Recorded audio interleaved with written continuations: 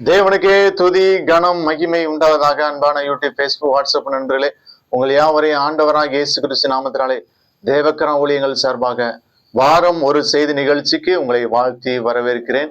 நீங்கள் எல்லாரும் சந்தோஷமா இருக்கிறீங்களா? நீங்கள் எல்லாரும் சந்தோஷமா இருப்பீர்கள் என்று கர்த்தருக்குள் விசுவாசிக்கிறேன். உங்கள் யாவருக்கும் இந்த செய்தியை மிகவும் பிரயோஜனமாக இருக்கும் என்று சொல்லி கர்த்தருக்குள் விசுவாசிக்கிறேன். இந்த நாளிலும் செய்திக்கு நேராக எடுத்துக்கொண்ட தலைப்பு நானே வழி, ஐ எம் த வே என்கிற தலைப்பிலே நாம் தியானம் செய்ய போகிறோம். அதற்கு ஆதாரம் எடுத்துக்கொண்ட வசனம் யோவான் 14ஆம் அதிகாரம் 6ஆம் வசனம்.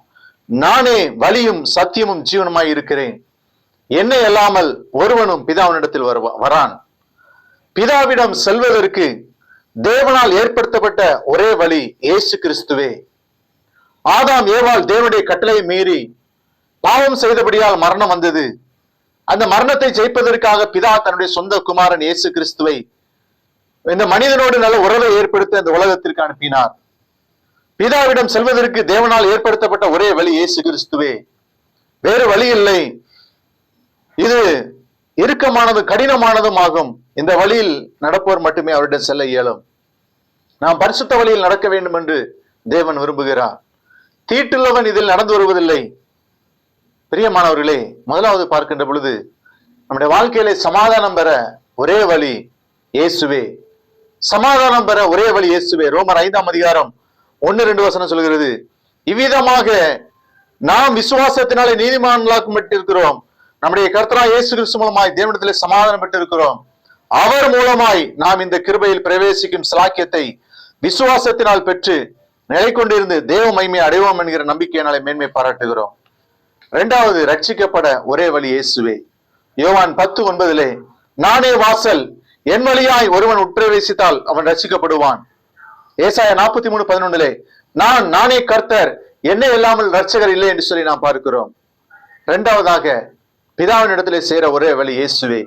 எபேசியர் 2ஆம் அதிகாரம் 18ஆம் வசனத்துல, அந்தபடியே நாம் இருதிறத்தாரும் ஒரே ஆவியினாலே பிதாவின் இடத்தில் சேரும் சிலாக்கியத்தை அவர் மூலமாய் பெற்றிருக்கிறோம். அவர் மூலமாய் பெற்றிருக்கிறோம். பிதாவினிடத்திலே சேர ஒரே வழி இயேசுவே. நான்காவதாக, நம்மை சத்தியத்தின் பாதையில் நடத்த ஒரே வழி இயேசு ஒருவரே.